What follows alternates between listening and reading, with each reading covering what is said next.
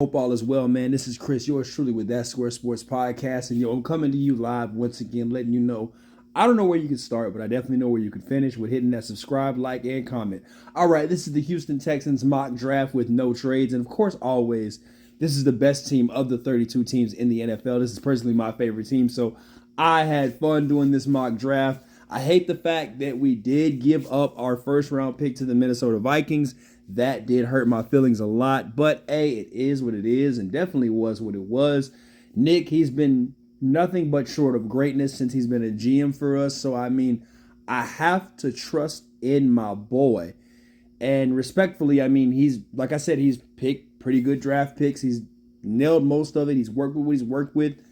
So, especially after the whole 2020 mess where we literally had David Culley, Lovie Smith, Bill O'Brien. Really, we didn't have Bill O'Brien. Just the whole mess from 2020 till now. Like in 3 years' time, he has done such a great job. I pretty much have to sit here and I have to acknowledge the fact that yes, he's doing a great job when it comes to these drafts and these trades. So we'll see what happens when he cooks up. Obviously, if you know Nick Caserio, he does a lot of things where he makes a lot of moves. So that's just who he is as our GM. But first things first, so I guess our first pick overall at 42, second round, is going to be Braden Frisk, who's going to help out on that defensive line with Delaney Hunter and, of course, Will Anderson Jr. Oh, man, it's going to be so much help immediately. We have to get some run stoppers. Malik Collins is gone, obviously filling a replacement. He had a great combine. I think this is it. It's going to be some good shoes to fill in, and I think he's going to be all right because, man, I've been raving about this guy for about a good month and a half now. Out of Florida State, you can line up inside, outside. So this is really a win-win for all of us pretty much. So I like Braden Frisk here. And then, of course, at pick 59, I've had Cooper go to all these other different teams, but I think he fits us perfect, especially with the fact that Denzel Perryman might be leaving, and we lost Blake Cashmere as well. So in short, hey, man, Henry Toto, Christian Harris, Adrian Cooper, enough said. Have him on the outside linebacker. Of course, Christian Harris can run the middle of the field. We've seen that time and time again. Just cut on the Browns game, the first and the second game they played. So pretty much, in short, I like that right then and there. Now let's get to the nitty gritty. Of course, at pick 86, I know that this has been a bleeding spot for the Texans, which is our secondary. However, Derek Stingley has come a long way from the injury. With that being said, too, on top of that, I want to add this too, guys. Getting Cameron Kitchens at safety is a huge plus. Obviously, Jimmy Ward is old. Jalen Petrie is doing a good job, but we need to move him probably more so to corner than leave him at safety. I'm just saying, we're really bleeding at that position. So why not grab Cameron Kitchens at 6'5", designated hitter, gets the job done, will smack your ass. Excuse me, I can't really. Well, I can because it's my channel, but he gonna smack you. He gonna smack you, dog. It is what it is with that. Now, obviously, we've taken 3 defensive picks in the first 3 picks of this draft. D-line, linebacker, and secondary. We've taken care of that. Now let's go to the offensive side of the ball. Let's help out Stroud a little bit and get this guy named Jamari Thrash.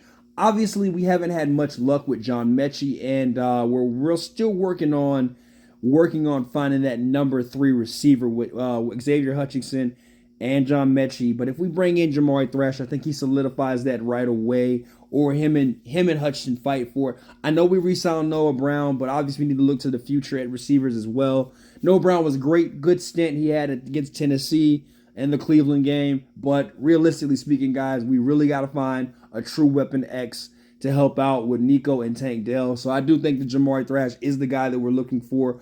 Although I still like Xavier Hutchinson a lot. I really am sold. And I know Mechie had the cancer stuff, which is a big deal. And health like that is way more important than football. But trust me when I say that, man. I think that it's the best for him to sit out until he's 100% and he can play to the maximum potential that we said they were going to get him in the second round a couple years back, then rushing him back on the field. I don't want him to feel like he's losing his spot. So I can understand that. But for the most part, yeah, drafting him would be perfect right here, Jamari Thrash. Now, at 127, we go ahead and grab Bucky Irvin, of course, out of the University of Oregon. Another running back, like a Joe Mixon type running back. It's crazy enough. It's great because that's his comp.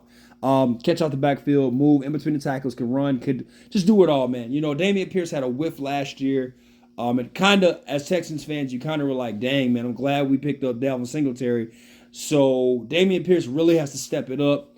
We want to see what we saw in 2022, but we didn't see it that much in 2023. So we want to see more of that. And if not, hey, at least we landed another running back because the running game was horrendous for us last year. We had Stroud throwing and dropping back way too much. We definitely need a running back, and that's what we got. Joe Mixon, go ahead and grab another one, another young back. Just get us a nice, good stable going on back there. All right, and then 188, we got Roe Torrance. Roe Torrance out of the University of Arizona State. Cool corner. Obviously, we got Jeff Okudu, who's going to probably come in to be the starter right away, which is fine. Obviously, there's some still left in the tank. He was the number 2 overall pick in the draft a couple years back. But adding Roe, he could pretty much help out, be a third down corner. We just, once again, like I said, guys, that secondary is bleeding a lot. But I think that if we get some good front seven pressure, guys, like how we've been doing, I think that our secondary will live to fight another day. And that's what we're doing now, just reassuring that. Also at 238, the 7th round picks, a couple of them as well. I like Garrett Greenfield. I like Eric Watts. I like Tanner McLaughlin. Garrett Greenfield just to replace Laramie Tunsil or our other tackle on the other side. Fant, if he decides, Mason, however we're going to do it. I like the fact that we solidify another tackle over there. Just for depth and also just future, obviously, because Tunsil's about to be in his 30s. So he's getting up there in age, so I can understand that, restructuring the contract and all that. It is what it is. Eric Watts, another edge rusher, just to help out. Why not keep him deep? I like his tape anyways, out of UConn. It doesn't look bad.